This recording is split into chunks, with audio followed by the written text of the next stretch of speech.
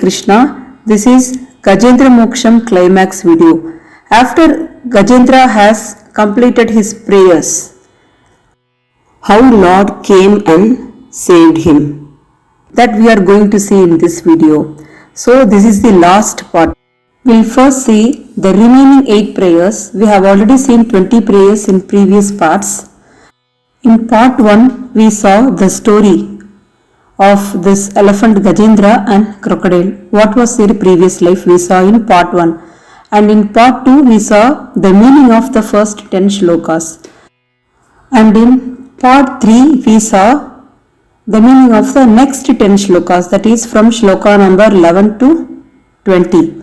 In this video we will see shloka number 21 to 28. There are totally 28 shlokas. So we will see the remaining 8 shloka meaning and then how the Lord came was explained by Shukadeva Goswami in Srimad Bhagavatam.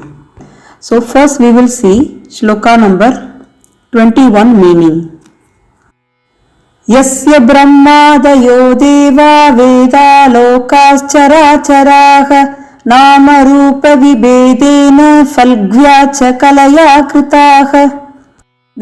The meaning of the shloka is, starting from Lord Brahma till the moving and the non-moving creatures, Bhagavan has created everything. Brahma is very superior, whereas the non-moving things like trees, plants are very inferior. And we are all moving, humans and animals are moving creatures. So what he is trying to say is, starting from superior to inferior things, Lord has created everything. Even Devatas were created by the Lord, and the Vedas, Veda mantras were created by Lord. The sound in Vedas or Bhagavan himself. The sound when you chant Om, Bhagavan is there. Chara achara, that is moving and non-moving things. Moving things are animals, humans are all moving things, whereas non-moving things are plants and trees. So everything which you can see, which you cannot see, everything is created by Bhagavan. That is the meaning of this shloka. Now let's go to shloka number 22. Yatarchishogne saviturgavastayo निर्यांति संयांति असकृत स्वरोचिषः तथा यतोयं गुणसंप्रवाहो बुद्धिर्मनखानि शरीरसर्गाः. The meaning of the shloka is, the spark of a fire comes from the fire and again it goes back to the fire. The rays of the sun, the rays are coming from the sun, again it gets merged into it. So in the same way, whatever intelligence we carry, buddhi, senses, mind, whatever we have, whatever we carry, everything comes from the Lord. Again, it will get merged into the Lord. That is the meaning of this shloka. Now let's go to shloka number 23. Savaina deva suramartyatiryan न स्त्री न संदो न पुमान न जंतुः नायं गुणकर्म न सन्न चासन् निषेध शेषो जयतादशेषः. The meaning of this shloka is, Gajendra is saying, the Lord he is calling is not a devata or a asura or a human or a bird or a beast, or he is a man or a woman or a neuter or an animal, and he is saying he is not a material quality or a manifestation or a non-manifestation, and he is the last word in the discrimination of not this, not this. That is, he is saying you cannot say he is having form or he is not having form. That is, he is beyond our description or understanding. We cannot define him that or conclude him that he is having form, or we cannot conclude him that he is not having form. So He can have form or he cannot have form, it is his wish. We cannot put him in any limits because he is unlimited. So that is what Gajendra is saying here. And he is beyond our definition of gender, he is beyond our definition of understanding, and he is beyond all the gunas, that is Nirguna. Okay, so this Lord, who is very difficult to understand, he is calling. Now let's go to next shloka, shloka number 24. जिजीविषेनाहमिहामुया किम् अन्तर्बहिश्चावृतये भयोन्या इच्छामि कालेन न यस्य विप्लवस् तस्यात्मलोकावरणस्य मोक्षम्. The meaning of this shloka is Gajendra wants an escape from this attack of crocodile. He wants liberation. He is saying, what is the use of this animal body which is covered by ignorance, and also I am internally covered by ignorance. Not only Gajendra, we all are internally and also externally covered by ignorance. So he simply wants eternal liberation from this covering of ignorance, that is Maya. We are living in illusion. So he don't want this life. He wants moksham.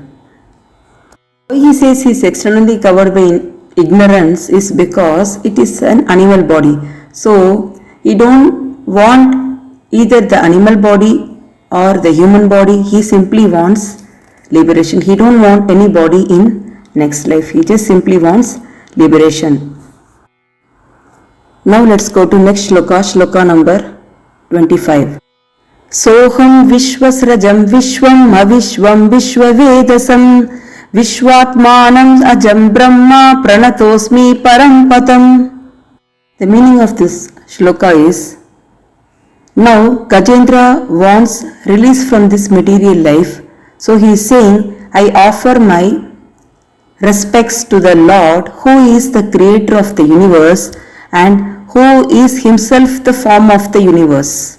That is, the universe itself is the Lord, and he is the knower of everything. He knows everything because he lives in everyone's heart, and he is the super soul of the universe, and he is unborn.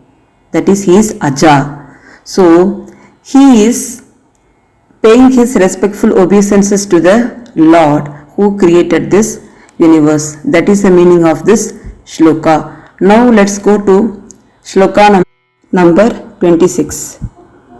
Yoga randita karmano hridi yoga vibhavite yoginoyam prapashyanti yogesham tam natosmyaham. The meaning of this shloka is, Gajendra is paying his respects to the master of all the mystic yoga. Why he has used the word mystic is because the mystics are doing yoga because they want to merge into the Lord who is an absolute truth. So he is saying he wants to see the same Lord whom the yogis have meditated upon. Now let's go to the next shloka, shloka number 27.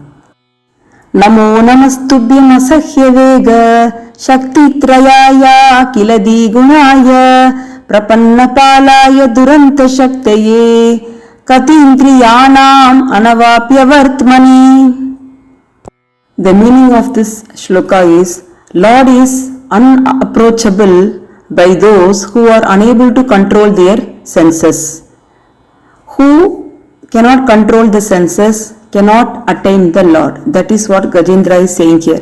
That is why to control our tongue we are observing fasting. Not only tongue, even the mind. We are observing Ekadashi fasting and several different fastings. So the point is, here Gajendra is saying he is the reservoir of all sense pleasure. We are able to enjoy all the senses because of him, because he is only giving that to us. and he is the protector of the surrendered souls. That is, if you surrender to him, he will protect you.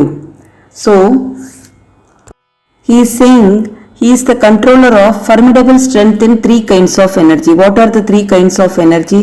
That is attachment, greed and lust. These three things are only controlling the human. So if we are free from these three kinds of energy, then we can attain the Lord. So to that Lord he is paying his respectful obeisances. Now let's go to the last shloka, shloka number 28. After that the Lord will appear. नायं वेद स्वमात्मानं यच्चक्त्याहं दियाहतं तं दुरत्ययमाहात्म्यं भगवन्तं इतोऽस्म्यहम्.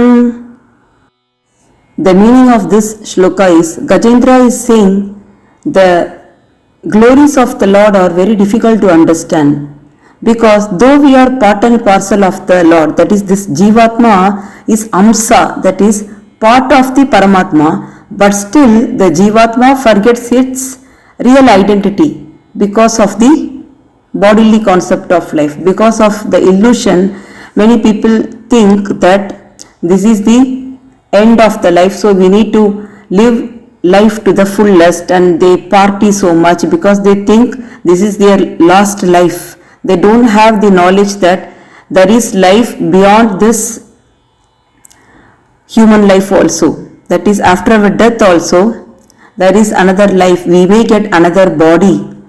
So that knowledge they don't have, so they waste their time by doing so many unnecessary things, because it is the Lord's inferior energy called Maya. Krishna says in 7th chapter he has two energies. So we are controlled by Lord's inferior energy called illusion. Because of that, though we are part of the Lord, we are unable to understand him. So he is taking shelter of the Supreme Personality of Godhead now. Now let's come to the climax part. Shukadeva Goswami, who is explaining all this to the sages assembled on the banks of the river Ganges. In that assembly, even Parikshit Maharaj was there. Parikshit Maharaj is the son of Abhimanyu and Uttara. Okay, now let's come to the story. So this Gajendra Moksham is also part of Srimad Bhagavatam. Lord, after hearing Gajendra's prayers, came in very great speed, carrying his disc and other weapons, and he appeared there on the back of his carrier Garuda, and along with him Devatas also came.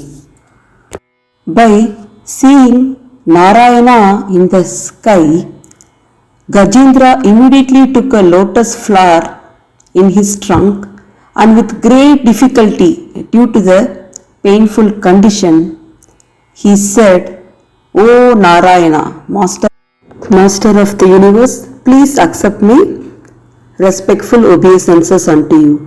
He said this and has offered the lotus flower. Lord, without waiting any further, he immediately cut crocodile's mouth from its body and liberated both Gajendra and that crocodile. First liberation was given to crocodile and next only to Gajendra, because whoever is holding the leg of Vaishnava will be liberated first, than the Vaishnava himself. This is the Tatparya of this story. So Gajendra went back to Vaikunta with 4 hands. He became one of the Lord's associates. And then this crocodile became a Gandharva. That is, he was a Gandharva because of the curse.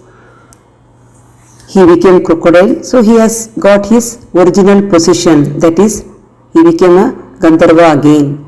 So what was their previous life story is explained in detail in part 1 of Gajendra Moksham. So you can see part 1, it is in the playlist also. So what we need to understand here is the constant prayers will reach the Lord. So we'll end the story here. Hare Krishna.